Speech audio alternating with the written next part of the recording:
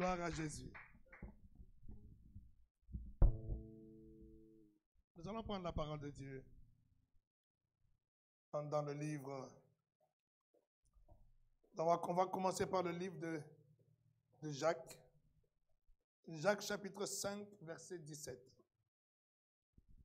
Après, nous prendrons Matthieu 11. Matthieu 11, à partir du verset 11 jusqu'à 14. Jacques 5, 17. Jacques 5, 17. Élie était un homme de la même nature que nous. Il pria avec instance pour qu'il ne plût point, et il ne tomba point de pluie sur la terre pendant 3 ans et 6 mois. Maintenant, Matthieu chapitre 11, à partir du verset 11.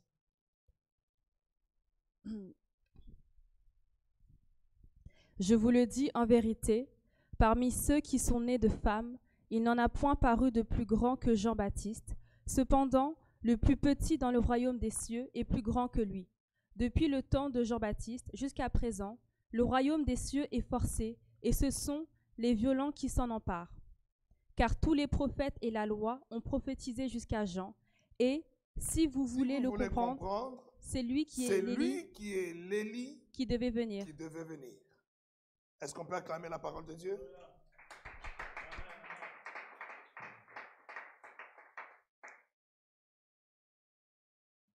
Le Seigneur est en train de dire, en parlant de Jean-Baptiste, il dit, si vous voulez bien comprendre, ce Jean-Baptiste-là que vous connaissez, ce Jean-Baptiste que vous êtes allé voir, c'est lui qui est l'Élie qui devait venir. Il parle de Jean-Baptiste en termes de qui? Il parle de Jean-Baptiste en termes de prophète. Et comment, un peu plus haut, il pose d'abord la question, il dit, qui êtes-vous allé voir au désert? Il dit, est-ce un prophète? Et lui-même, il répond en disant, oui, je vous le dis, c'est un prophète. Et en plus loin maintenant, il dit, c'est lui qui est l'Élie qui devait venir. C'est-à-dire, c'est lui qui est le prophète. Il est la représentation, ou il a l'esprit du prophète Élie qui devait revenir. Et Jean-Baptiste, lui-même, on lui avait posé la question par les gens que les Sanhédrins avaient envoyés, et il avait compris que ces gens cherchent à me piéger, et ces gens cherchent à me faire tomber. Et Jean-Baptiste, on lui avait posé la question, qui es-tu? Es-tu le Messie? Il dit, non, je ne suis pas le Messie. Bon, ça c'est vrai qu'il n'était pas le Messie. On lui a posé encore la question, es-tu le prophète? Il dit, non, je ne suis pas prophète. Il dit, moi, je suis la voix. Et il a dit lui-même, il dit, je ne suis pas prophète, mais je suis la voix. Et pourtant, on a posé la même question au Seigneur, mais c'est Jean-Baptiste, lui, c'est lui qui a posé la question. Il dit, ce Jean-Baptiste que vous êtes allé voir, vous savez qui il est? Le Seigneur, lui, il dit, il est le prophète. Il est celui qui est l'Élie, le prophète Élie, qui devait revenir. Et voyez-vous, ce que le Seigneur est en train de dire est tellement profond que Jean-Baptiste lui-même ne réalisait pas ce qu'il était. Jean-Baptiste lui-même, c'est-à-dire Dieu lui-même est en train d'attester que Jean-Baptiste était prophète. Mais Jean-Baptiste lui-même n'a pas réalisé qu'il était prophète. Parce qu'en fait, Jean-Baptiste est un peu habitué aux prophètes de l'Ancien Testament, aux prophètes de l'Ancienne Alliance. Comment ils étaient en train de prophétiser, comment ils parlaient de choses qui vont s'accomplir, des choses que même aujourd'hui, nous sommes aussi un peu habitués à ça. Quand on parle de prophète, on se dit, bah, il va prophétiser sur moi, il va me dire qu'est-ce qui va se passer demain, qu'est-ce qui va m'arriver demain, comment ma vie sera demain, qui est en train de m'étrangler la nuit, qui est en train de bloquer mon mariage, qui est en train de bloquer ma vie. On va me prophétiser en ces termes-là. Et quand quelqu'un te dit ce genre de choses, là tu dis, ah, ça c'est un vrai prophète. Et Jean-Baptiste, nous voyons dans toute sa vie, quand nous lisons la Bible, il n'y a pas quelque part où Jean-Baptiste est en train de prophétiser en ces termes-là. Il est en train de parler aux gens ce qui va leur arriver, ce qui va arriver au pays. Il n'est pas en train de parler ces choses-là. Et en cela même lui-même, quand il se compare lui-même aux prophètes qu'il connaît, aux prophètes qu'il a connus, les Élisée, les Élie, tous les prophètes de l'Ancien Testament, les Malachie et tout ça, il s'est dit, mais moi je n'ai pas prophétisé dans cette dimension-là. Et là lui-même, il s'est dit, je ne suis pas prophète. Mais le Seigneur lui-même, qui est Dieu, est en train d'attester que lui là que vous êtes en train de voir, vous êtes allé voir là, c'est un prophète. Il est en train d'expliquer la nature du prophète du Nouveau Testament. Il est en train de donner la mention, de donner l'indication de qui est le prophète du Nouveau Testament. Il ne se connaît pas lui-même. Il se confond lui-même avec les prophètes de l'Ancien Testament. Ceux qui étaient de l'Ancien Testament, ils étaient prophètes, oui. Mais nous commençons un temps nouveau. Et ce temps nouveau commence avec un nouveau prophète, un nouveau type de prophète. Et il dit lui-même que de tous ceux qui sont nés de femmes, il n'y a pas plus grand que Jean-Baptiste. Il dit, c'est Jean-Baptiste que vous êtes allé voir là. Il est plus grand que tous ceux qui sont nés de femmes jusqu'aujourd'hui.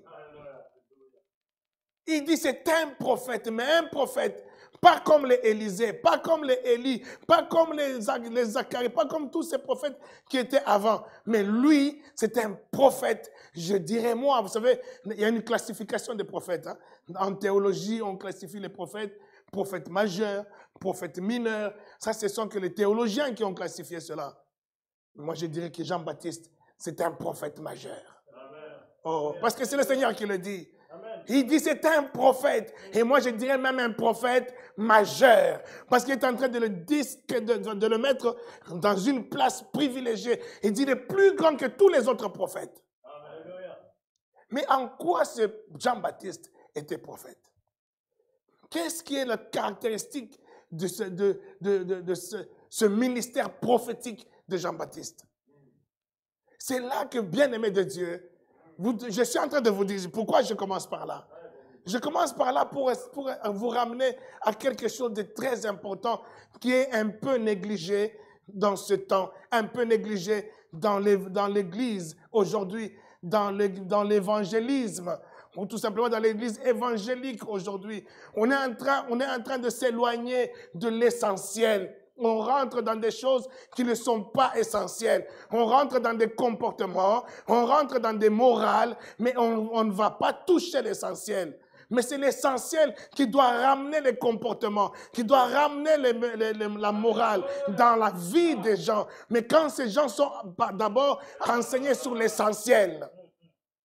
Et Jean-Baptiste était prophète parce que Jean-Baptiste était en train de parler de l'essentiel. Le prophète majeur parle de l'essentiel. Le prophète majeur, il montre la voie essentielle.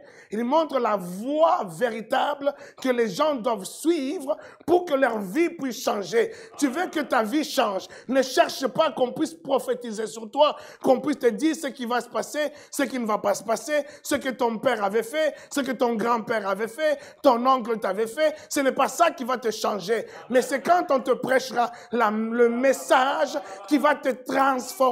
Et le message qui va te transformer, c'est un message prophétique. Et le message prophétique, c'est le message de Jean-Baptiste.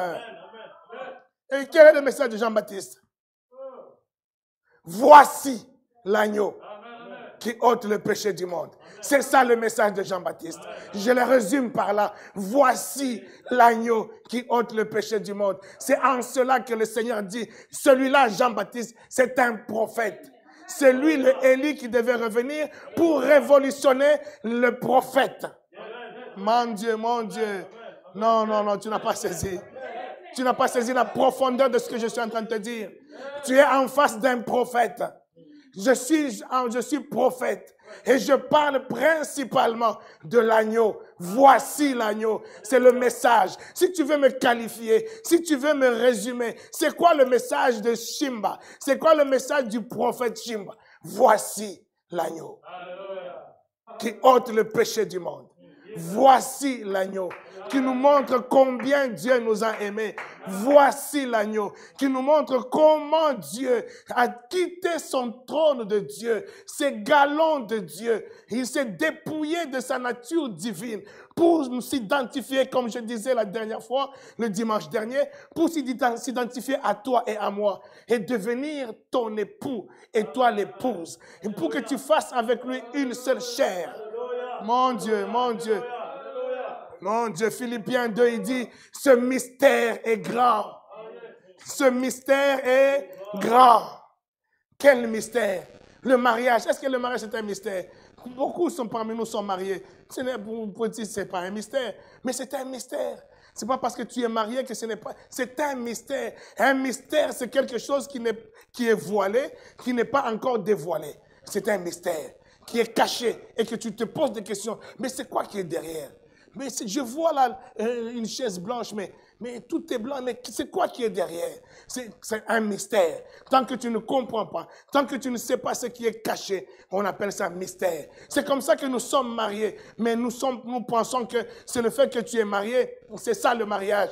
Mais il dit ça, c'est un mystère. Donc ce qui est derrière ce mariage que nous faisons, ce mariage-là est voilé, c'est un voile qui cache le véritable. Amen. C'est un mystère. Et ce mystère-là est en train de nous dire quoi? Dans Philippiens 2 que nous avons vu, je reviendrai sur Jacques, sur Jacques 5 et sur ce qu'on est en train de parler d'Élie. Je reviendrai là-dessus. Mais revenons d'abord, maintenant prends-moi Philippiens chapitre 2.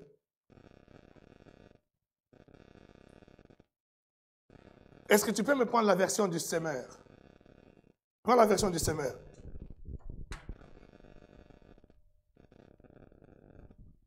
Commence par le premier verset. Philippiens 2. Je veux la version du semeur. Oui. Ou alors, lis-moi la version normale, Louis II, et moi je vais interpréter avec la version du semeur. Parce que Louis II, c'est la version que nous connaissons souvent, et nous avons des réflexes, pour ceux qui lisent souvent la Bible. Nous avons des bons réflexes. Est-ce que tu peux me donner un serviette, s'il te plaît?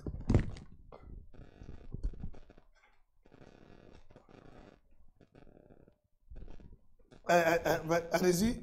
Si donc il y a quelque consolation en Christ, s'il y a quelque soulagement dans la charité, s'il y a quelque union d'esprit, s'il y a quelque compassion et quelque miséricorde. S'il y a quelque... en même temps, je vais suivre dans la version semeur, pour que vous compreniez que des fois, juste la traduction peut... tu ne vas pas très bien comprendre parce que la traduction est un peu savante. Alors, semeur, il dit... Commence par le premier verset. Toi, tu dis... Si donc il y a quelque consolation en Christ. Si donc il y a quelque consolation en Christ, et semeur, il dit, n'avez-vous pas trouvé dans le Christ un réconfort? S'il y a quelque soulagement dans la charité. Dans l'amour, un encouragement.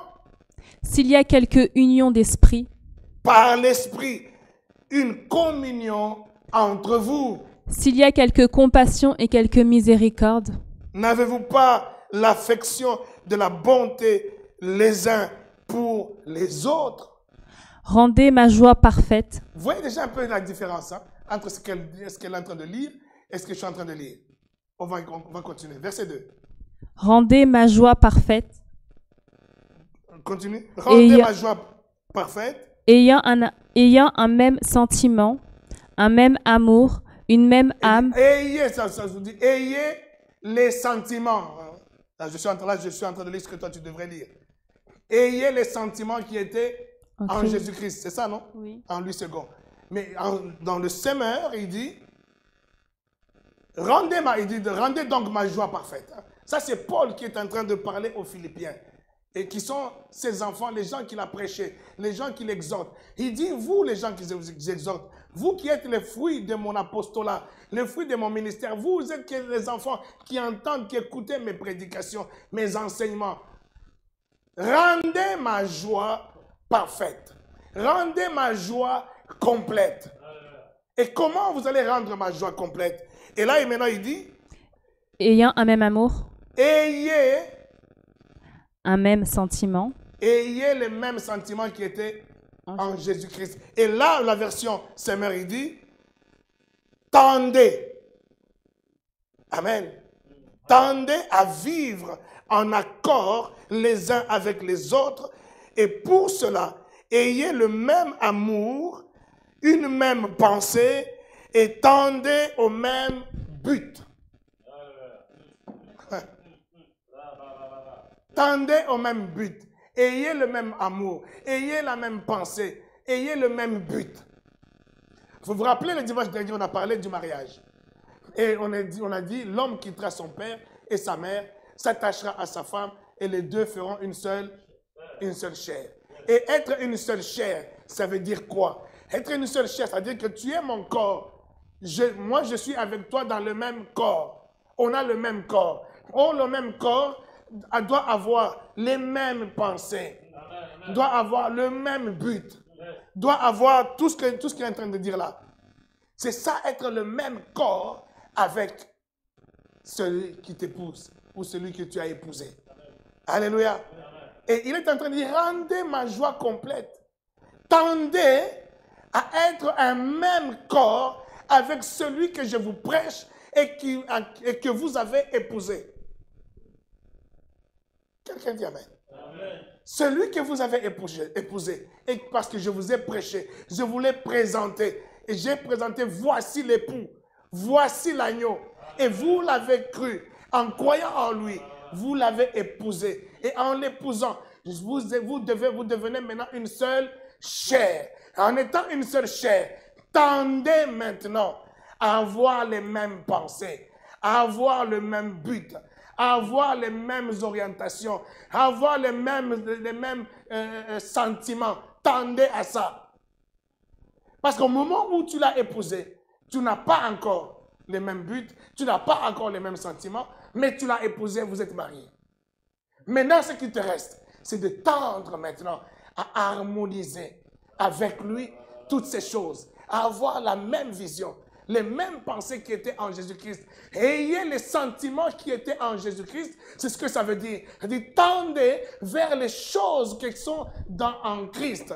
Tendez vers le but ultime de Christ. Tendez vers les comportements de Christ. Tendez vers la manière de faire de Christ. Allez dans cette direction-là. Et c'est en cela que vous allez faire ma joie complètement. Est-ce que quelqu'un fait la joie du Seigneur? En tant que prophète, celui qui te prophétise ou celui qui te présente Christ, si tu veux faire ma joie à moi, je dois voir en toi que tu es en train de tendre vers le but, les sentiments qui étaient en Jésus-Christ.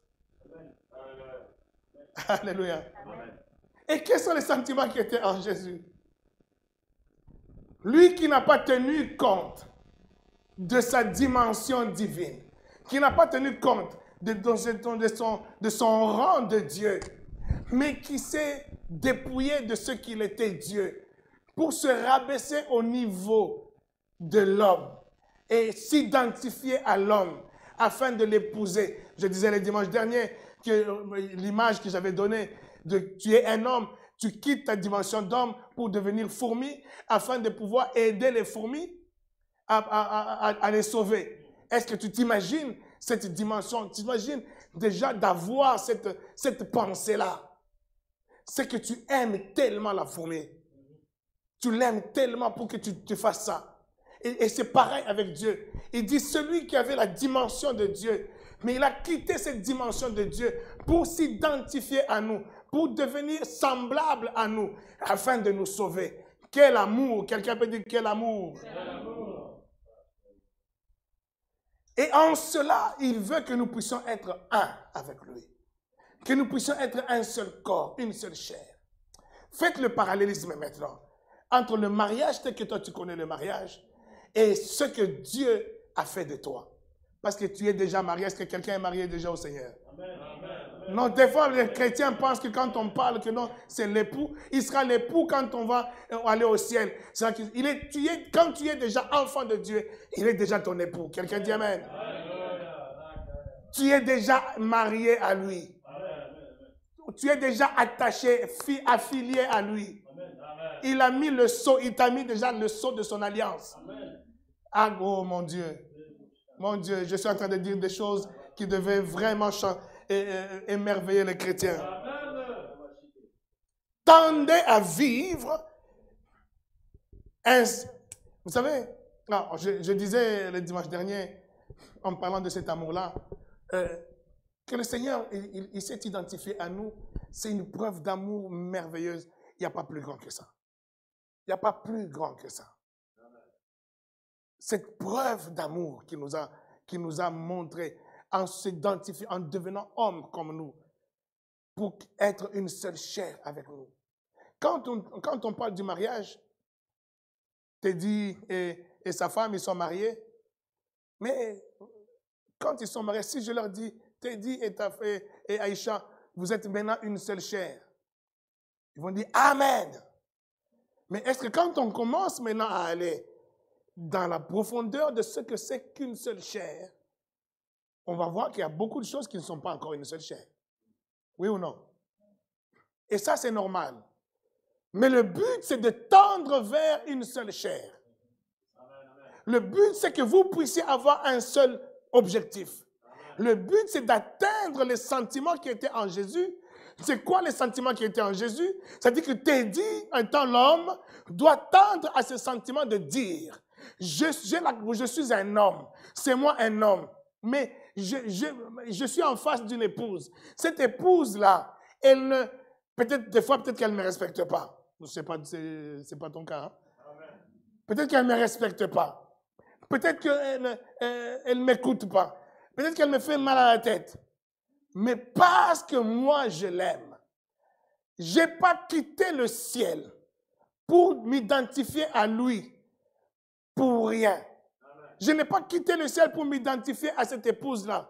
Pour dire finalement, écoute, parce qu'elle est rebelle, donc je retourne au ciel et je l'abandonne comme ça. Je n'ai pas fait tout ça alors que je savais que l'homme est toujours un homme. Et l'homme est toujours en imperfection. Et je le savais. Et quand j'épouse quelqu'un, je sais que cet homme-là n'est pas parfait. Cette femme-là n'est pas parfaite. Quand je l'épouse, je vais vers elle. C'est une décision. Je ne dois pas me positionner par rapport à mon rang d'homme, par rapport à ma situation d'homme. Mais dis, c'est moi l'homme. La femme n'a qu'à m'écouter. C'est moi l'homme. La femme n'a qu'à m'obéir. Je quitte cette dimension d'homme. Je me rabaisse à sa dimension. Je deviens même plus faible qu'elle. Non, tu ne m'as pas saisi. Je suis en train de parler du mariage. Hein? Mais un mariage parfait. Oh mon Dieu. Attends, je prends un passage. Il y a un passage qui est très bon là. Que j'aime beaucoup. Ça explique bien ce passage-là. Est-ce que je fais du bien à quelqu'un?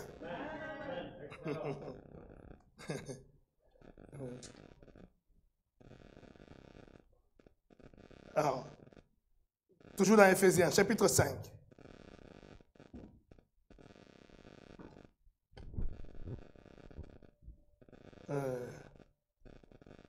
Mon Dieu.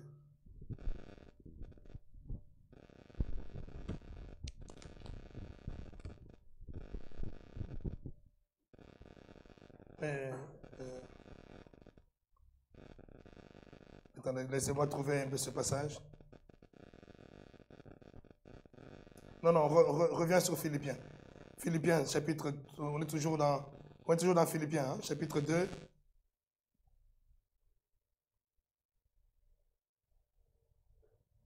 Alors, reprends à partir du verset 2 qu'on a lu, et on va aller jusqu'au verset 4. Si donc, il y a quelque consolation en Christ, s'il y a quelque soulagement dans la charité, s'il y a quelque union d'esprit, s'il y a quelque compassion et quelque miséricorde, rendez ma joie parfaite, ayant un même sentiment, un même amour, une même âme, une même pensée. Ne faites rien par esprit de parti ou par vaine gloire. Ne faites rien par par esprit de parti. Par esprit de rivalité. Ou par vaine gloire. Ou par un désir de vous mettre en avant. Mais que l'humilité vous fasse regarder les autres. Au contraire, que l'humilité vous fasse regarder les autres comme étant, considérer les autres comme étant au-dessus de vous-même. Que vous-même. Alléluia. Alléluia. Il est en train de parler de quoi là? Il parle du mariage. Il dit par humilité, regarde l'autre, regarde ta femme, regarde ton mari comme étant plus important que toi. Il est en train de dire, ne regarde pas ton droit. Comme, et là, il est en train de donner l'exemple de lui-même, le Seigneur. Il dit, il a quitté son trône de Dieu. Il a quitté sa nature de Dieu. Il n'a pas regardé sa qualité de Dieu par rapport à nous qui sommes des créatures. Mais il est venu à nous. Il s'est humilié pour descendre à notre niveau. Et en descendant à notre niveau, c'est-à-dire il n'a pas considéré son droit de Dieu. En descendant au niveau de ton mari, au niveau de ta femme, tu déconsidères ton droit de mari, ton droit de femme, tu le déconsidères. Est-ce que je suis en train de parler à quelqu'un? Ça a l'air calme, hein? Lorraine, ça passe?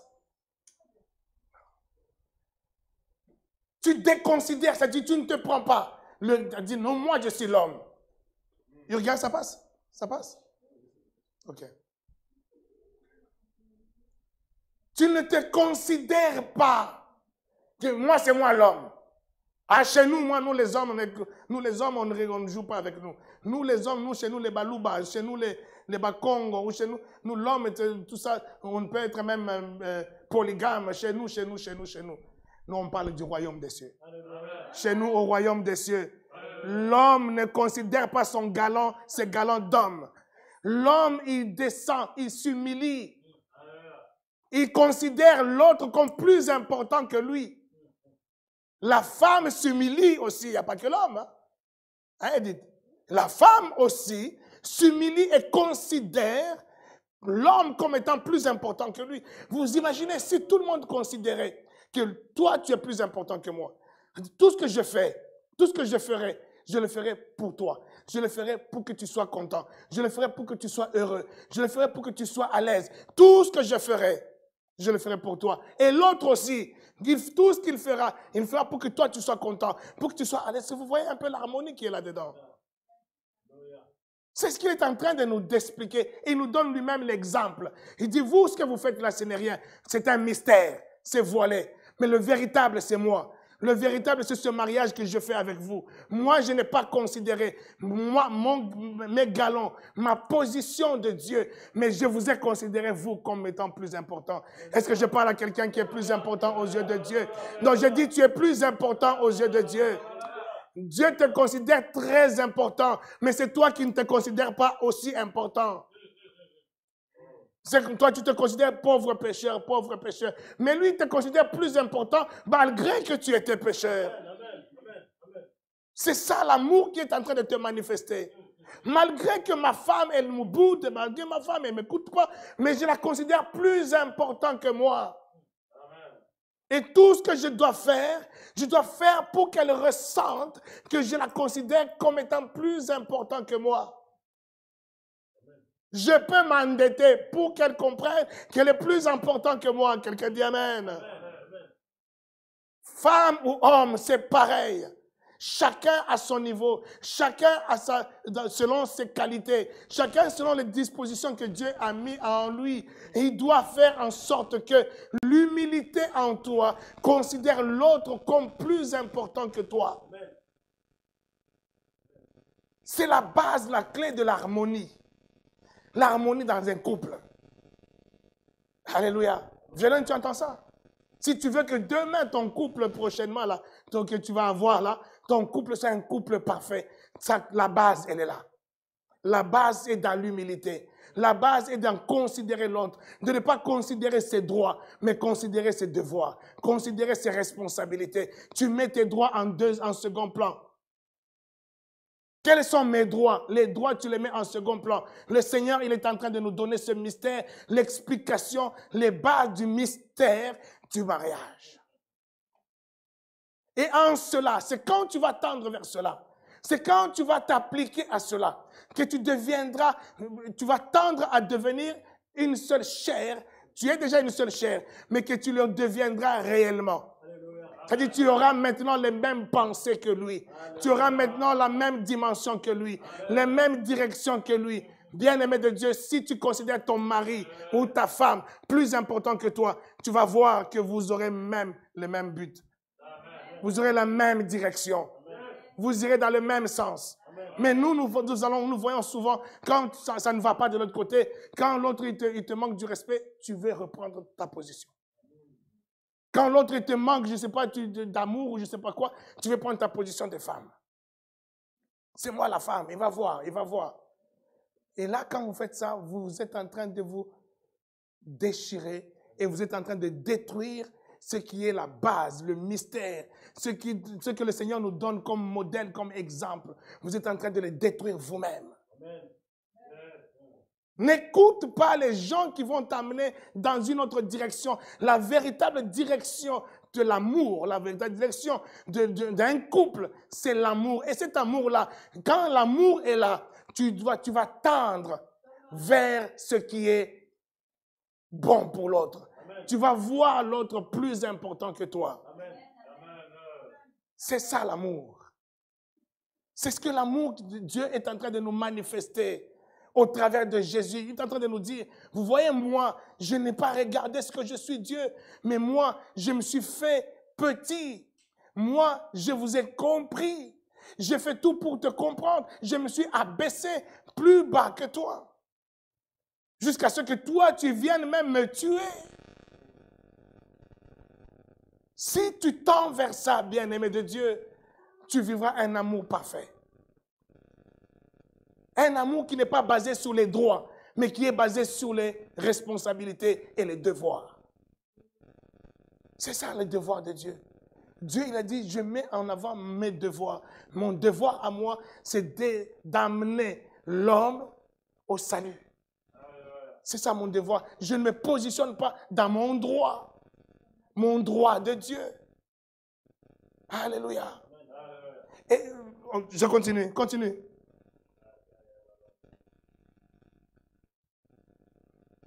Je bénis Dieu, on m'a amené mon petit-fils aujourd'hui. Que Dieu soit glorifié. Je vais le bénir tout à l'heure. Que chacun de vous, au lieu de considérer ses propres intérêts, considère aussi ceux des autres. Que chacun de vous, au lieu de considérer ses propres intérêts, considère aussi ceux des autres. Qu'il considère aussi ceux des autres. Vous voyez, c'est ce que je disais tout à l'heure. Il dit, si toi tu considères tes propres intérêts, et tu vas toujours être en opposition. Tu vas toujours avoir des problèmes avec ton mari, avec ta femme, il y aura toujours des problèmes. Parce que tu considères que tes propres intérêts. Il dit que chacun de vous considère d'abord quoi? Les intérêts des autres. Considère les intérêts de ton mari. Considère les intérêts de ta femme. Tu seras équilibré. Ton mariage sera équilibré. Amen. Alléluia. Je connais des femmes qui sont tellement amoureuses de leur mari et qui se sont dépouillées. Elles-mêmes, elles s'habillent même mal. Et son art, c'est elle qui travaille. L'argent, elle achète des fringues, les meilleures fringues à l'homme et tout ça. Mais l'homme là est toujours volage, toujours ailleurs. Alors que la femme fait tout parce qu'elle aime. Mais à un moment donné, tu te fais quoi? Tu te fatigues. Et toi, tu dis non, mais attends, je ne suis pas bolos. Pourquoi? Parce qu'il n'y a pas équilibre. Il n'y a pas équilibre avec l'autre. L'autre devrait aussi te considérer, toi, plus important que lui. Et si lui aussi te considère plus important que lui, il fera tout pour que tu sois heureuse. Il fera tout pour que tu ne manques de rien. Je suis en train de parler de Dieu. C'est ce que Dieu fait avec nous. Il est venu jusqu'à nous. Il s'est déconsidéré de ce qu'il était. Et tout ça pour arriver à quoi? Pour arriver à être une seule chair avec lui. Même sentiment, même but, même cœur, même conscience. Quand tu vas atteindre cette conscience d'être un avec Dieu, mais pour l'atteindre, tu dois travailler à ça. Je vois un autre passage. C'est Pierre qui nous dit ça.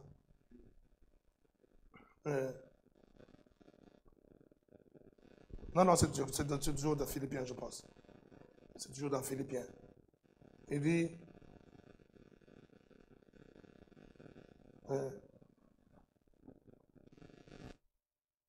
attends, je vais trouver.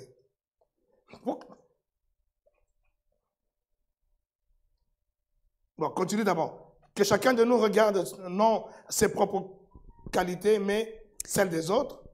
Ayez, Tendez, ayez en vous les sentiments qui étaient en Jésus-Christ, ayez en vous les sentiments qui étaient en Jésus-Christ. lequel, existant en forme de Dieu, Mhm, n'a point regardé comme une proie à arracher d'être égal avec Dieu, mhm. mais s'est dépouillé lui-même en prenant une forme de serviteur, Alléluia. en devenant semblable aux hommes, Mhm, et ayant paru comme un simple homme. mhm, Il s'est humilié lui-même, se rendant obéissant jusqu'à la mort, mhm, mais jusqu'à la mort de la croix. mhm. C'est pourquoi aussi Dieu l'a souverainement élevé et lui a donné le nom qui est au-dessus de Si tu tout veux nom. être élevé, si tu veux être grand, si tu veux être valorisé, il faut t'humilier.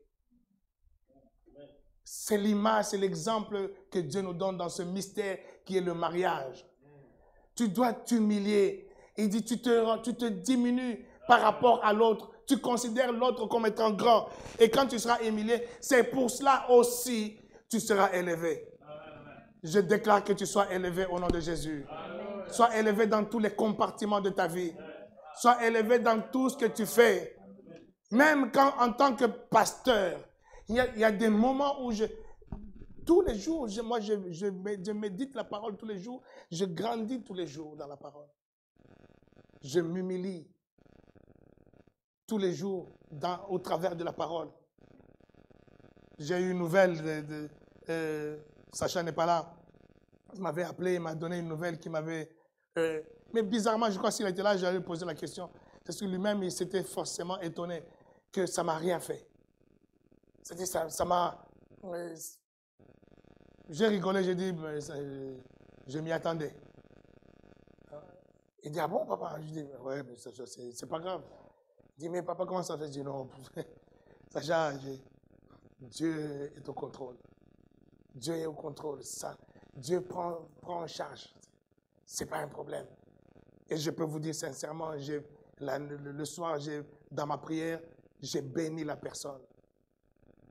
J'ai béni la personne. J'ai dit, Seigneur, bénis-la pour tout ce qu'elle a déjà fait jusqu'à présent. Bénis-la.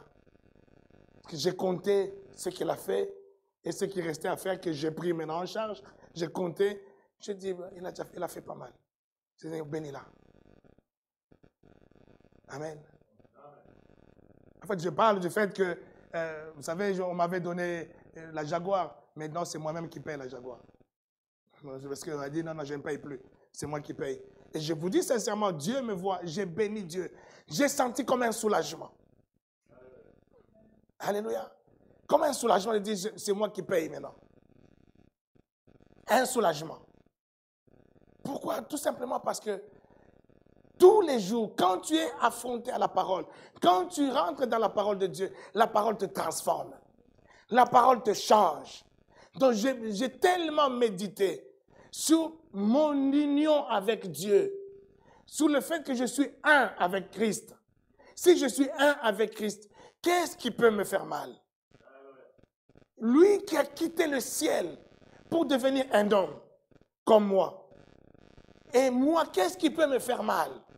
Rien ne peut me faire mal. J'ai eu un accident domestique. Mon infirmière, Cathy, elle sait ce que c'est. C'est celle qui me change les pansements. Elle sait comment, elle a vu ce que c'est. Et elle m'a dit une chose. J'ai dit, ça, elle ne sait pas que moi, je suis au-dessus. En fait, elle m'a dit que, papa, tu as eu beaucoup de chance. Parce que j'ai la même chose que tu as. J'ai au moins 2 patients qui sont passés dans le même hôpital que toi, à Longjumeau, mais à qui on a amputé. On a amputé le doigt. Il dit, tu as beaucoup de chance que, vraiment, dans l'état où tu es là, on pouvait t'amputer le doigt. Surtout dans cet hôpital-là, on allait t'amputer le doigt. Et j'ai rigolé, j'ai dit, et il dit, papa, tu n'as pas eu mal, tu n'as pas pleuré, tu n'as pas... Je dis, ben non. Il dit, non, je suis à l'aise, je suis calme. Malgré que c'est quand même grave, mais je suis calme.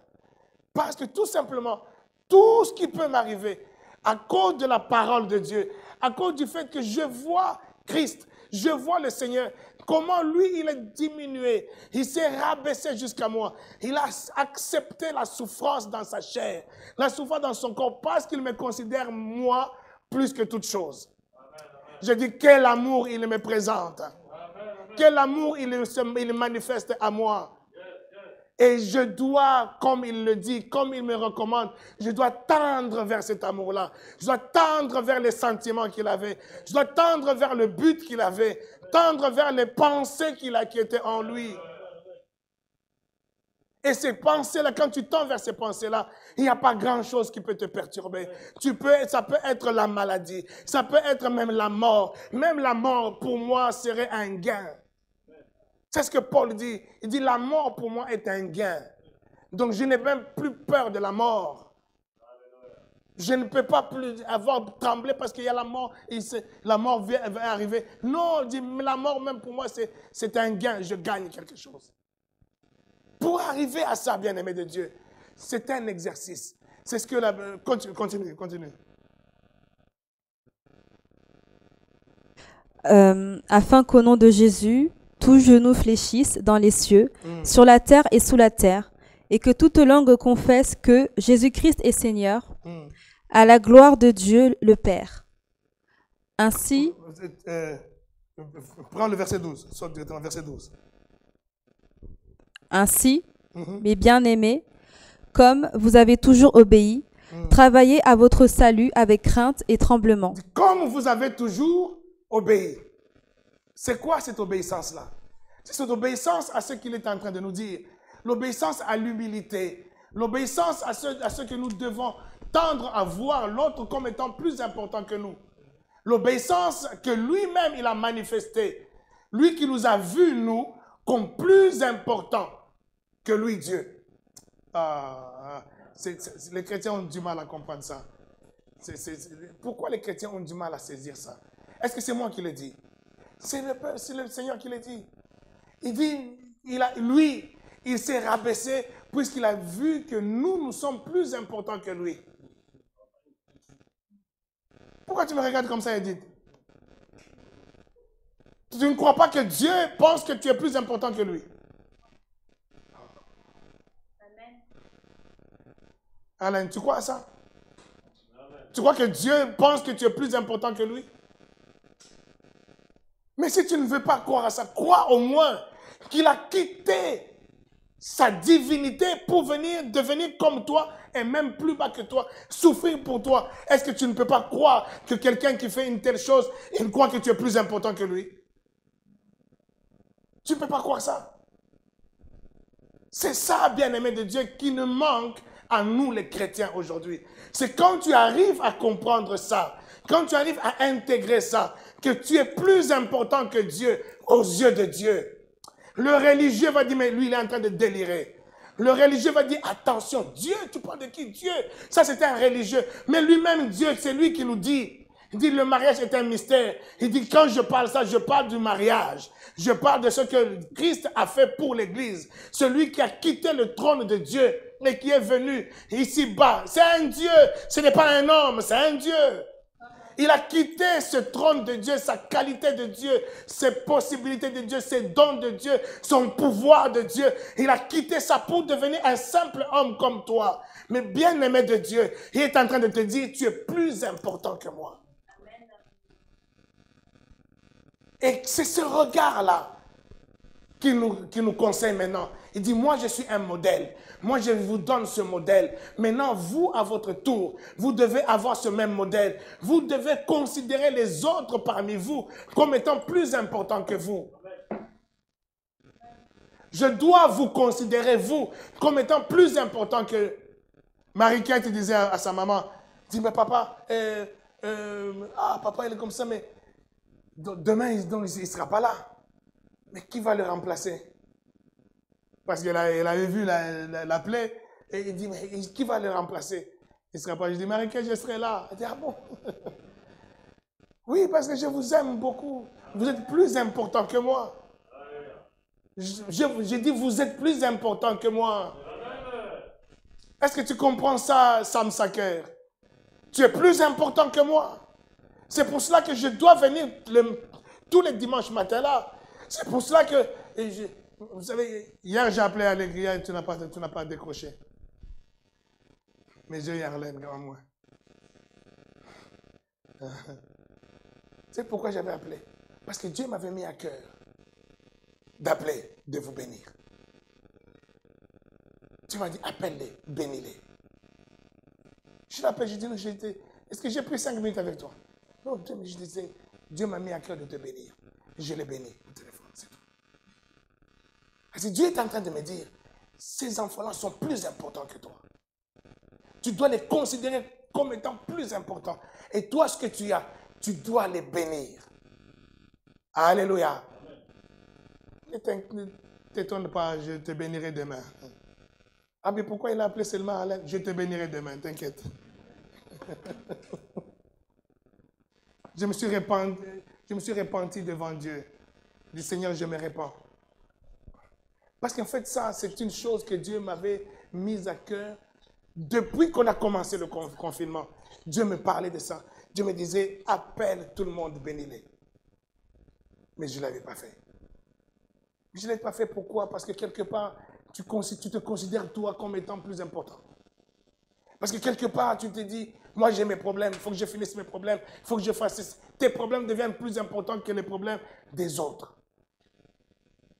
Tu mets tous tes problèmes. Et si quelqu'un même t'appelle ou te dit, écoute, moi j'ai des problèmes. Ah oui, mais moi aussi j'ai des problèmes. Hein. Toi tu viens avec tes problèmes, moi aussi j'ai les miens. Hein. Mais quand tu considères les autres plus importants que toi, tu vas minimiser tes propres problèmes. Et tu vas te tourner vers les autres, avoir la compassion des autres. Le Seigneur Jésus, dans sa vie humaine, dans son humanité, lui qui était amené pour qu'on puisse le tuer à la croix, mais il dit, Père, pardonne-leur. Ils ne savent pas ce qu'ils font. Parce qu'ils considèrent les autres. Ils considèrent d'abord tes problèmes à toi. Il dit, ne pleurez pas pour moi, mais pleurez pour vous et pour vos enfants. Pas pour moi. Vos problèmes sont plus importants que les miens. Est-ce que quelqu'un me saisit? Je suis en train de te livrer mon cœur. Tes problèmes sont plus importants que les miens. Des fois, ça peut paraître incompréhensible. Ça peut paraître incompréhensible peut-être par rapport aux yeux peut-être de mes enfants, aux yeux de mon épouse. Je dis, mais vous savez, c'est ça le problème de beaucoup de pasteurs, parce que leur propre famille pense qu'ils sont négligés par rapport à l'Église. Parce que tout simplement, on considère que le problème de l'Église comme étant plus important que ses propres problèmes. Mais tout simplement, c'est ce que le Seigneur est en train de nous recommander. Tes problèmes doivent me concerner. Et je me suis repenti, Seigneur. Non, Seigneur.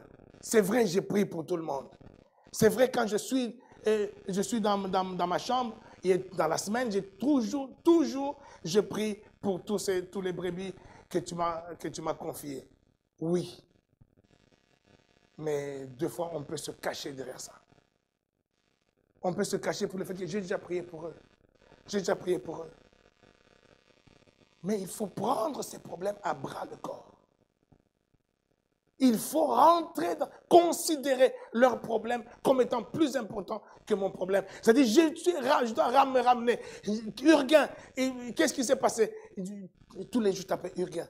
C'est comment ta santé? Ça s'est cicatrisé. Ça fait ceci. Je dois rentrer dans ça. C'est ça, considérer l'autre. Malgré qu'au moment là où Urgain, lui, il a ses problèmes, moi aussi, ça ne veut pas dire que je n'ai pas mes problèmes. Alléluia. Mais le fait que tu te projettes dans les problèmes de l'autre et que tu oublies tes propres problèmes, crois-moi, bien-aimé de Dieu, tu vas te sentir dans la paix. Tu auras une paix par rapport à tes propres problèmes parce que tu prends le fardeau des autres. Je suis en train de parler, je suis en train de prêcher quelque chose qui est dû au comportement, à la morale, mais je vous le prêche comment? En vous présentant Christ. Je ne suis pas en train de dire, frère, il faut aimer, frère, il faut fuir les mauvais frères, les faux frères. On a discuté avec les hommes de Dieu. Et, vous savez, nous sommes dans un monde, et je suis prophète. Je parle de Christ. Si un religieux ne comprend pas, c'est son problème. Ça, ce n'est pas mon problème. Mon problème, c'est toi. Mon problème, c'est que toi, tu saisisses. Amen. Vous savez que l'Église, nous sommes focalisés à pointer du doigt le mal. À dire toujours là où il y a le mal. Frère, ma soeur, il ne faut pas s'habiller comme ça. Dans l'Église, on ne fait pas ça. On ne fait pas toujours le mal. Vous savez qu'un enfant, quand il est né, quels sont les premiers mots qu'on apprend à un enfant? Non. Fais pas. Touche pas. La négation. Et c'est comme ça que nous naissons, nous grandissons avec des mauvais... C'est le monde qui nous donne cette image. Un enfant devrait naître avec des oui. Dès qu'il est né, tu l'apprends à dire oui. Tu apprends à dire des bonnes choses, des choses positives. On apprend à nos enfants des choses négatives. Mais parce que c'est ça le monde. Le monde est piloté par le malin. C'est lui qui nous pousse à aller dans cette direction. Et l'Église a pris cette forme-là. L'Église parle, aujourd'hui c'est comment fuir l'impudicité. Mais je vais vous parler de l'impudicité, mais je suis en train d'imprimer l'impudicité dans ta tête. Tu auras beaucoup plus conscience de l'impudicité qu'autre chose. Alléluia. C'est pour ça que le prophète, c'est celui qui dit, voici l'agneau. Ce n'est pas celui qui dit, frère, ta tante, c'est ta tante qui est en train de te bloquer. C'est ton oncle qui est en train, tu sais, on t'a mis dans une marmite et après, tu sais, c'est pas ça le prophète, ça. C'est pas ça le prophète. Le prophète majeur, il te parle de Christ. Le prophète majeur, il te montre la croix. Il te montre la bonté de l'Éternel exprimée à la croix. Il te montre comment Dieu a quitté son trône de Dieu pour te considérer comme étant plus important que lui. C'est ça le prophète, c'est ça le Jean-Baptiste. L'élie qui devait revenir pour pratiquer maintenant le prophète majeur. Élie qui devait revenir plus grand que tous les autres prophètes. Parce que lui, il est celui qui dit, voici l'agneau qui ôte le péché du monde. Pas qui couvre les péchés. Les prophètes ont donné le tabernacle. Le tabernacle, c'était l'image, c'était un mystère. Un mystère qui n'était pas encore dévoilé. Ils ont vu le tabernacle. Ils ont mis le temple. Un mystère non dévoilé pour eux. Mais pour Jean-Baptiste, ce mystère a été dévoilé. Voici le tabernacle. Voici le temple. Voici l'agneau. Voici le sauveur. Voici le Jéricho. Voici. C'est lui le prophète. Celui qui t'amène toutes ces choses que les prophètes ont dit. Il te les ramène à Christ.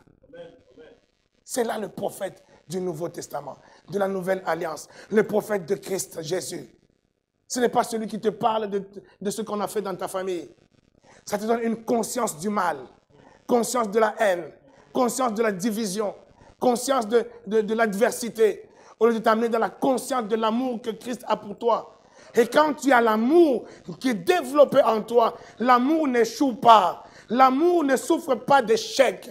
1 Corinthiens 13 est en train de le dire. Bien-aimé de Dieu, et je l'expérimente moi tous les jours. J'ai des gens, je sais que celui-là, il ne m'aime pas. Mais malgré qu'il ne m'aime pas, moi je ne développe pas une haine contre la personne. Au contraire, même j'ai la compassion pour la personne. Et la personne peut tout faire. Même s'il veut m'empoisonner, ça ne marchera pas. À cause de l'amour que je développe pour. L'antidote de toutes ces choses, l'antidote de la sorcellerie, l'antidote des poisons, c'est l'amour. Quand tu développes l'amour, ça ne marchera pas. Un jour, il y a une sœur qui m'avait témoigné que non, on faisait un débat, une discussion. Je lui parlais de ça. Je dis, l'amour ne souffre pas d'échec. Et elle me parlait des démons. Elle me parlait des sorciers. Non, les sorciers, ils ont fait ça. Moi, dans ma famille, il y a des sorciers. Je dis, ma soeur, des sorciers, il y a dans ta famille, je ne dis pas qu'il n'y en a pas, il y en a. Mais si tu veux que ces sorciers-là ne t'atteignent pas, toi, tu dois les aimer. Oh non, c'est pas, regarde dans ma famille. Alors, vous savez, les gens, quand tu es focalisé sur quelque chose, tu es focalisé sur une idée, sur un enseignement qu'on a inculqué, elle me donne elle-même un exemple. Mais elle ne comprend pas que cet exemple qu'elle me donne est en train d'appuyer ce que je dis. Non, j'avais une cousine. J'étais tellement attaché à elle. On se partageait les habits. Elle mettait mes habits, je mettais ses habits. On était tout le temps ensemble, tout ça. Mais un jour, je l'aimais, bon, un jour, cette cousine-là, elle-même, elle a témoigné qu'elle était sorcière. Elle-même, elle a témoigné, c'est elle qui compliquait la vie d'un tel, la vie de mon père, la vie de ceci, elle compliquait la vie de tout le monde. C'est elle-même, dit vraiment, pasteur, qu'est-ce que tu dis de ça? C'est elle, mais c'est même pas elle-même qui a témoigné. Il y avait des révélations à l'église, oui, mais elle-même, elle a avoué. Il dit, d'accord. Bon, maintenant, elle t'a fait quoi? Qu'est-ce qu'elle a bouffé dans ta vie? Qu'est-ce qu'elle a... Non, moi, elle ne m'a rien fait. Je dis, mais tu sais pourquoi elle ne t'a rien fait? Parce que tu l'aimais tellement, vous partagez les habits, c'est ton amour envers elle qui a fait qu'elle ne pouvait rien te faire. Et elle a fait à tout le monde, mais sauf à toi. Alléluia. Mais malgré ça, elle ne comprend pas. Non, quand même, c'est un sorcier, il faut lui envoyer le feu. Je dis, maintenant, si tu commences à envoyer le feu, c'est là que vous allez rentrer dans des combats avec elle. C'est là qu'elle va bien te bouffer. Parce que tu quittes maintenant l'amour. Avant, tu l'aimais. Et le fait que tu l'aimais, tu as empêché qu'elle fasse quoi que ce soit contre toi. Alléluia. Pourquoi que la Bible, quand la Bible dit ces choses, c'est juste pour remplir le livre là. La Bible dit l'amour ne souffre pas d'échec. L'amour n'échoue pas. Tu as ton mari qui te fait des misères. Est-ce que tu l'aimes vraiment? Ou tu es dans un défi? Ou tu es dans un esprit de rivalité comme on a lu? Dis, ne faites rien par esprit de rivalité. Ne faites rien par esprit de compétition. Est-ce que tu es dans cet esprit-là ou tu es dans l'amour? Pose-toi la question. Si tu es dans l'esprit d'amour, tu vaincras. Est-ce que quelqu'un me saisit? Mais des fois, on croit qu'on fait par amour. Mais ce n'est pas par amour, c'est par rivalité. C'est parce que tout simplement tu... Non, moi je ne vais pas échouer. Elle se fout de moi. Non. Et surtout les hommes. Les hommes n'acceptent pas de perdre. N'acceptent pas qu'une femme te quitte. Qu'une femme te rejette. Et ça fait très mal aux hommes. Il va tout faire pour te garder. J'ai un ami qui disait, lui là, il dit, moi j'ai mon harem. Toutes les filles avec lesquelles je suis sorti là, je les entretiens. Même si elles sont mariées, je les entretiens. Dès que j'ai les moyens, j'entretiens mes relations, je les entretiens. C'est mon harem. J'aime pas les perdre. C'est ça les hommes. Les hommes disent, dans cette image-là de je ne vais pas le perdre. Parce que si il voit que tu l'échappes là, il devient fou. Mais ça, il va dire non, c'est parce qu'il t'aime. Non. Ce n'est pas parce qu'il t'aime. C'est par un esprit de rivalité. C'est par un esprit de compétition. C'est pas un esprit d'orgueil. S'il y avait un esprit d'amour, il va te laisser vivre ta vie. Il va vouloir ton bonheur. Il va vouloir que tu t'épanouisses. S'il y a même une personne avec laquelle il va refuser de tomber, c'est avec toi. Pour que tu sois heureuse, pour que tu sois protégée. Est-ce que tu es d'accord avec moi? Est-ce que je parle bien? Alléluia. Beaucoup de choses que nous faisons n'est pas dans un esprit d'amour. C'est ça la racine de tous les maux. La racine de beaucoup de problèmes, de beaucoup de dérèglements. Parce qu'on n'agit pas par l'amour. Le Seigneur insiste, même quand nous faisons des miracles, cela doit se faire par amour. Même quand nous faisons des prodiges, cela doit se faire par amour. Et je finis maintenant avec Jacques. Il dit Jacques dit, Élie était un homme de la même nature que nous. Le prophète Élie était un homme de la même nature que nous. Alléluia. Est-ce qu'il croit qu'Élie était de la même nature que lui? Est-ce que tu le crois? Encore une fois, bien-aimé de Dieu, nous pouvons dire je le crois, je le crois. Mais ce sont les faits. Comment tu vis, tes pensées, ta manière de voir les choses qui peuvent te faire dire à toi-même en toute sincérité, est-ce que je crois que Élie est de la même nature que moi? Ça veut dire la même nature que moi, ça veut dire Élie, il a eu des moments de dépression. Il a déprimé, il est allé demander, Seigneur, tue-moi. Jézabel veut me tuer, tue-moi. C'est la dépression. Donc, tu peux aussi avoir des moments de dépression. Ne te considère pas parce que j'ai pu déprimer, donc moi je suis qu'un moins que rien. Tu es de la même nature que Élie. Oh! Est-ce que je parle à quelqu'un? Si Élie pouvait déprimer, toi aussi. Mais Élie pouvait aussi faire des miracles, toi aussi. Tu amènes bien? Est-ce que tu peux faire des miracles? C'est quand je voyais mon doigt comme ça, j'ai dit, oh, Dieu, peut-être que tu veux que je fasse un miracle comme un miracle de Smith Wigglesworth. Et mon doigt, il pousse tout seul comme ça. Et si c'est ça, gloire à toi, Seigneur. Je dis, oui, mais Élie était de la même nature que moi. Si Élie pouvait faire ça, si Smith Wigglesworth pouvait faire ça, pourquoi pas moi? Mais c'est tout simplement déjà la pensée. Même si ça ne se fait pas, mais au moins je rentre dans cette pensée-là. Je rentre dans cette dimension de cœur, de dire, Seigneur, je ne veux pas être beau à mes propres yeux et me dire que non, moi j'aime les gens, moi je fais ceci. Non, je veux moi travailler. Et il dit quoi? Travailler à ton salut, verset 12. Verset 12, il dit, de Philippiens 2 là qu'on avait eu. Oui. Mes chers amis, ça c'est la version du semeur. Il dit travailler à votre salut. Avec crainte et tremblement. À travailler à votre salut avec crainte et tremblement. Et on a aussi très mal traduit ce verset en disant, frère, donc le salut, ça se travaille. C'est-à-dire pour être sauvé, il faut fuir l'impudicité, il faut arrêter ceci, il faut arrêter le péché pour être sauvé. Donc c'est comme si être sauvé, c'est un processus où tu dois faire pour être sauvé. Être sauvé, il dit crois seulement. Crois seulement et tu seras sauvé. Ce n'est pas un processus. Pour rentrer dans le salut, ce n'est pas un processus. C'est croire seulement que Jésus-Christ est mort à la croix pour moi et tu es sauvé. Mais pourquoi il dit travailler? Alors, il faut très bien comprendre même la traduction. Il dit travailler à votre salut. Il ne dit pas travailler pour votre salut. S'il dirait travailler pour votre salut, on peut dire que tu vas travailler pour être sauvé. Mais il dit travailler à votre salut. Donc votre salut est déjà là.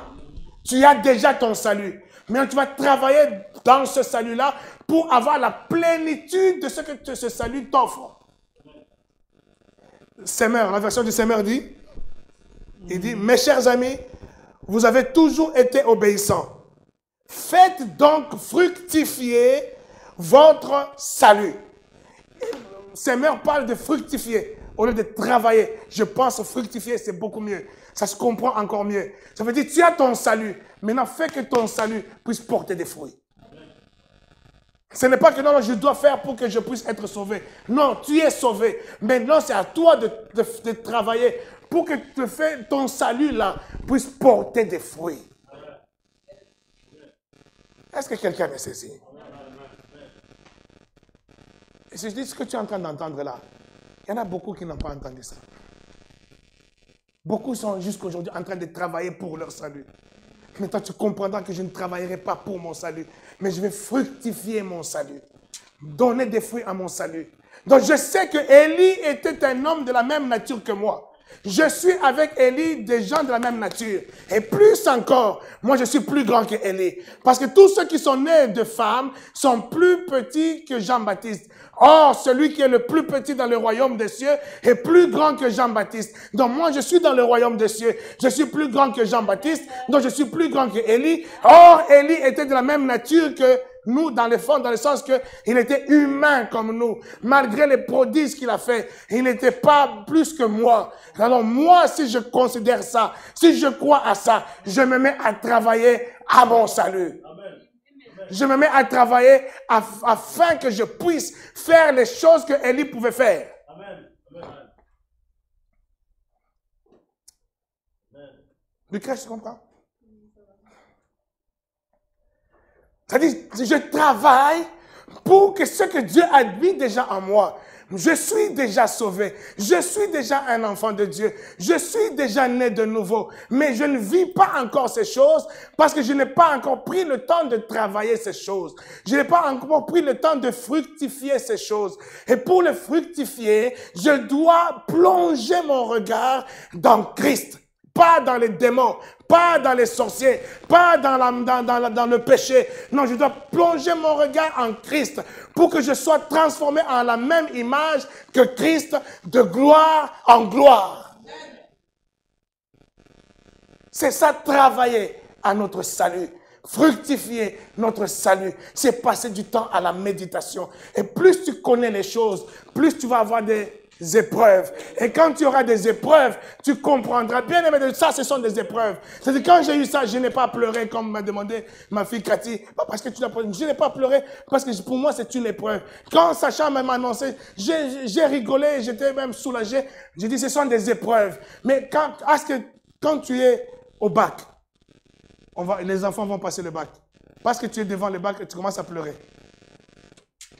Ah, mais pourquoi on nous donne des épreuves du bac comme ça? Ils nous ont qu'à nous donner les bacs et tout. Tu commences à pleurer. Est-ce que tu vas pleurer? Mais c'est une épreuve. Une épreuve, c'est pour que tu passes de cap. Pour que tu t'amènes dans la dimension plus haute. Quand tu es devant une épreuve et tu comprends qui tu es, tu comprends que tout concourt au bien de ceux qui aiment Dieu. Tu vas réaliser bien, tu seras quelqu'un d'amoureux, tu seras quelqu'un de paisible, quelqu'un qui ne sera pas ballotté. Et il y a des moments où la dépression peut venir, mais très vite elle va partir. De la même manière qu'elle est venue, plus vite elle partira.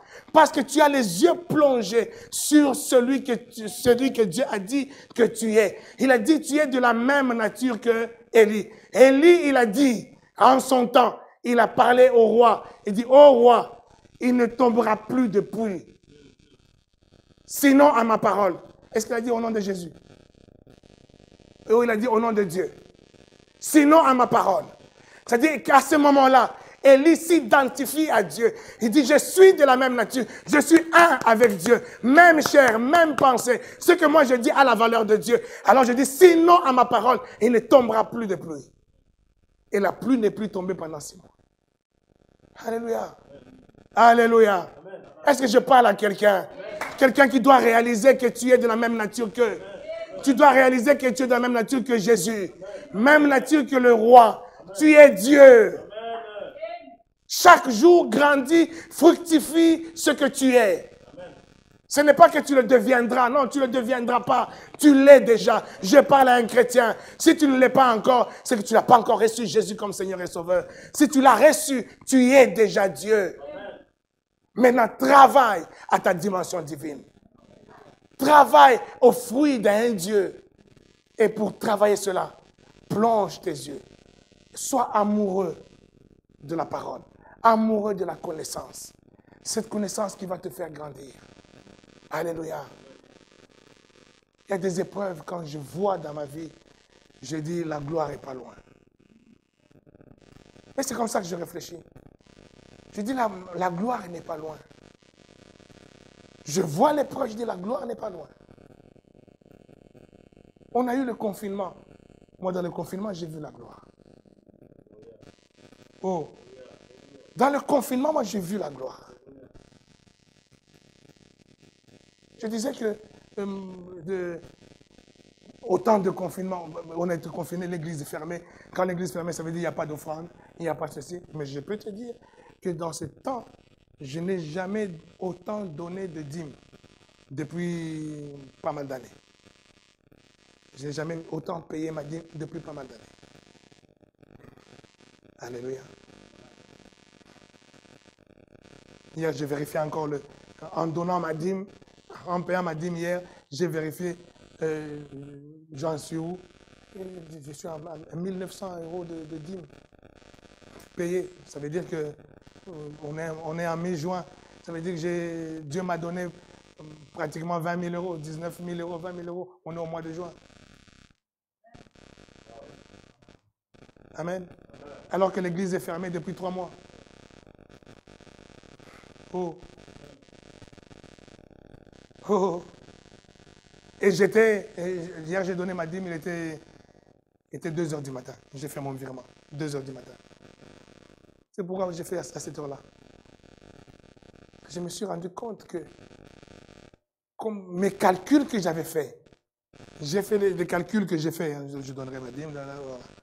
Mais la nouvelle est venue que finalement c'est moi qui dois payer la voiture. Bon, il faut que je privilégie pour ne pas mettre en défaut Sacha.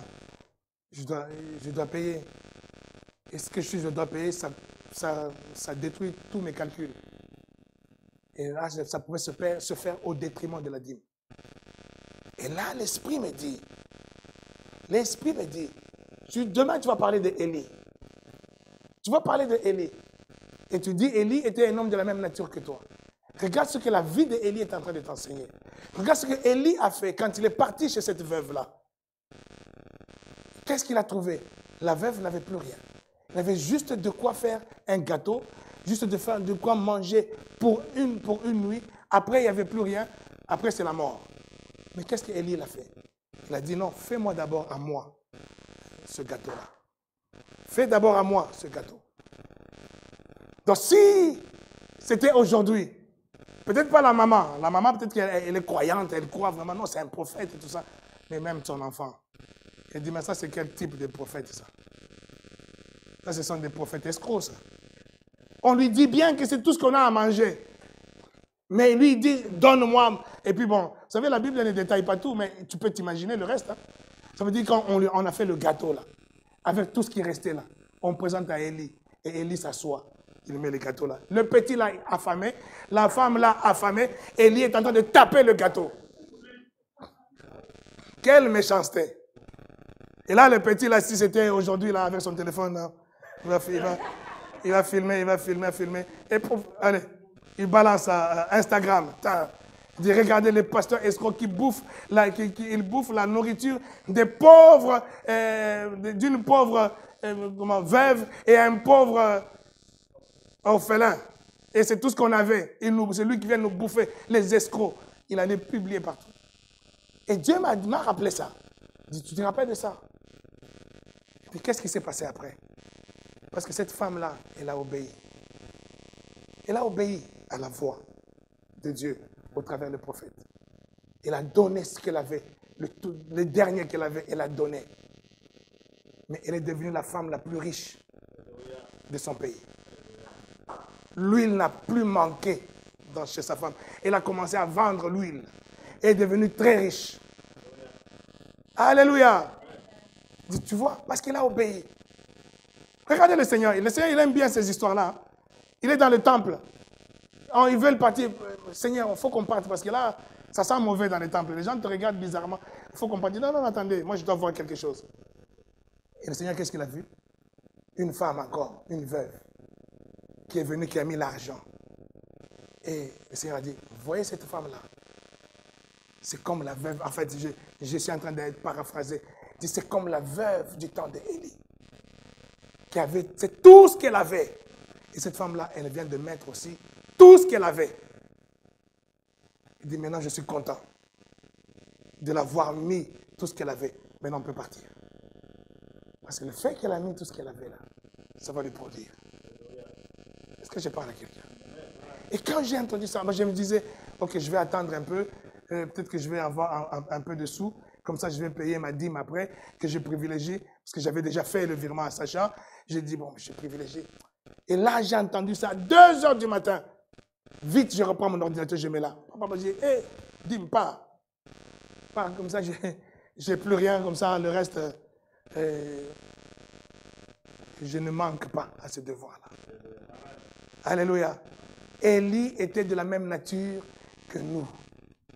Si tu réalises ces choses, par obéissance, tu sauras. Ça, c'est ça, travailler maintenant à ton salut.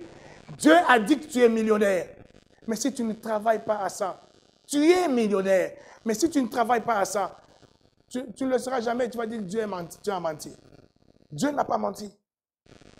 Alléluia. Dieu n'a pas menti. Toutes ces choses que j'ai prophétisées sur quelqu'un, sur toutes les personnes, même la personne qui m'avait donné la voiture, tout ce que j'ai prophétisé, ce n'est pas un mensonge, ce sont des choses écrites par Dieu. Mais cela peut ne pas s'accomplir. Cela ne s'accomplira peut-être même pas. Pourquoi? Parce que tu ne travailles pas à cela. Verset 12. Travaillez à votre salut. Fructifiez. Mais tu ne pourras pas voir les fruits de ce que Dieu a dit parce que tu n'as pas travaillé à ça. Tu n'as pas fructifié cela. On te donne une prophétie. Frère, toi tu vas avoir des avions, tu vas aller à gauche, tu vas aller jet privé. Amenez, amenez, amenez. Oui, ils vont t'amener. Hein.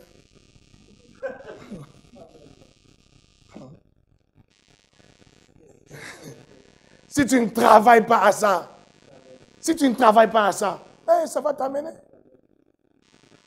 Alléluia. Travaillez à votre salut. Pas pour votre, à votre salut. Je prophétise que vous êtes une église des millionnaires. Vous êtes une église des riches. Dieu vous a doté d'une richesse exceptionnelle. Parce que je sais que Dieu m'a dit que tu es enfant des enfants riches. Et je déclare que cela s'accomplira au nom de Jésus. Cela est scellé dans le ciel, sur la terre, sous la terre, au nom de Jésus. Que rien ne puisse t'empêcher à vivre cela. Que rien ne puisse t'éloigner de ta promesse. Que rien ne puisse t'éloigner de ce que Dieu t'a accordé. Bien-aimé de Dieu, je déclare, je proclame encore, les mariages qui sont au-devant de moi. Ne regarde pas ce que ton mariage est aujourd'hui, mais regarde ce que Dieu est en train de dire. Ton mariage sera un mariage heureux. Un mariage heureux. Je libère cette onction d'un mariage heureux. Reçois-le au nom de Jésus. Peu importe les situations, peu importe ce qui se passe, les conflits, sois seulement celui qui comprend que je dois travailler à mon salut. Je dois moi-même m'humilier. Je dois moi-même considérer l'autre comme plus important que moi. Et je te dis, tu vivras un mariage heureux. Si l'autre là n'est pas capable de te rendre heureux, alors que toi tu travailles à cela, il va disparaître. Oh, ça te fait peur? Ça te fait peur? Ton salut est très important devant Dieu. Ton salut, quand tu le travailles, quand tu travailles à ton salut, tu es en train de mettre derrière toi toute une armée qui combat pour toi. Et cette armée qui combat pour toi, c'est même que toi tu le veuilles ou pas, cette armée fera ce qui est nécessaire pour que tu vives ton salut. Parce que Dieu n'est pas un menteur, Dieu n'est pas un homme pour mentir, ni pour se repentir, mais il est Dieu. Ce qu'il dit, ne l'accomplira-t-il pas? Il l'accomplira. Mais s'il y a un homme devant toi, mais qui lui ne veut pas rentrer dans les rangs de Dieu, tu pries des bien-aimés de Dieu, prie pour ton mari, prie pour ta femme, déclare-le, dis, c'est celui qui ramène le cœur des enfants vers les pères. Il est celui qui ramène le cœur des pères vers les enfants. Tu déclares, Père, je ramène le cœur de mon mari vers toi. Je ramène le cœur de celui qui aime une même chair avec moi vers toi. Le cœur de ma femme, je le ramène vers toi. Tu le déclares, tu te lèves le matin, tu déclares, oh mon mari. Tu parles à ton mari. Ne parle pas à Dieu à ce moment-là. Parle à la montagne. Parle à la montagne. Tu dis gloire. Moi, Violaine. Gloire. La gloire n'est pas là, mais tu es là toute seule. Gloire. Que ton cœur se tourne vers moi. Que tu aimes moi. C'est ça la prière. Tu ne verras que moi. Que tous tes désirs soient tournés vers moi. Déclare-le, déclare-le. Et toi, tu le considères gloire comme étant plus important que toi. Et tu t'appliques tous les jours à le considérer comme étant plus important que toi. Je te dis, Dieu combattra pour toi. Je dis, l'armée de Dieu sera derrière toi. La puissance divine sera avec toi. Et si en face de toi, ça ne marche toujours pas, Dieu fera disparaître. C'est une armée forte. Reçois ma fille. Reçois ta part. Il y a une onction de réparation, une onction de rétablissement, de réparation des brèches. Cabro, Chanderebro. Dieu m'a donné cette onction-là. Dieu m'a donné cette onction-là. Vous savez, les gens qui ont fait beaucoup de miracles, de guérisons, ce sont des gens qui ont eu des problèmes de santé dans leur vie. Les gens qui font des réparations de mariage sont des problèmes qui ont vu des problèmes dans leur mariage. Je te parle en connaissance de cause. Attache-toi à cette onction. Attache-toi à cette onction, tu verras la gloire de Dieu. Sois patient et cette onction t'amènera à la patience. Ton cœur sera dans la patience, tu ne seras plus tourmenté. Les choses se font, tu regardes seulement, tu dis Amen. Mais parce que tu as confiance à ton Dieu. Alléluia. Tu comprends, Violaine? Tu n'as pas encore mis les pieds dans le mariage, mais mets le pied dans le mariage avec une bonne vision du mariage. Que toi, tu n'es rien.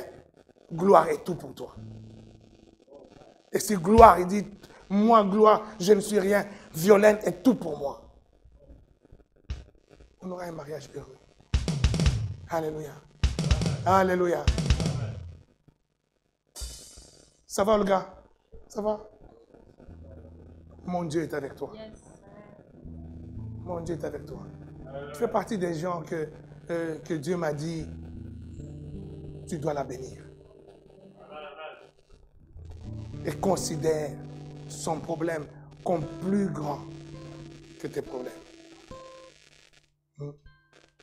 Et mon Dieu est avec toi. Tu as un témoignage vivant. Il y a une cousine de Lise qui habite en Suisse. Un jour, elle m'appelle. C'est Lise qui lui avait donné mon numéro. Elle m'appelle. Elle dit, j'ai des problèmes, je n'arrive pas à avoir d'enfants. Je ne peux pas avoir d'enfants, ça fait des années. Prie pour moi, qu'est-ce que je peux faire? Ce jour-là, j'ai prié pour elle. Je n'ai même pas prié beaucoup, j'ai déclaré des paroles. Mais là, il vient de m'écrire. Il m'a écrit que j'ai des jumeaux.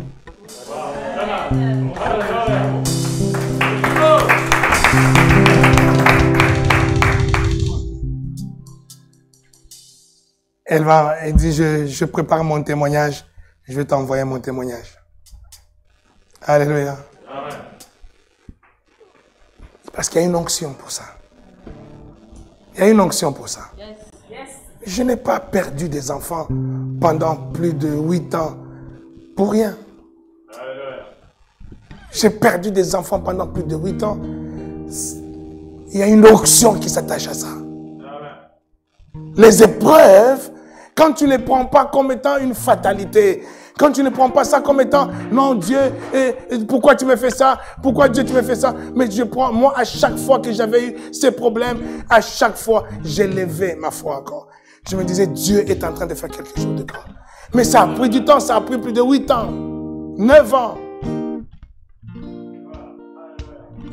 Mais quand je prie maintenant pour quelqu'un qui n'a pas d'enfant, il doit y avoir un enfant. C'est une obligation. C'est une obligation. Ce n'est pas moi, c'est l'onction. C'est parce que j'ai été obéissant jusqu'à perdre des enfants.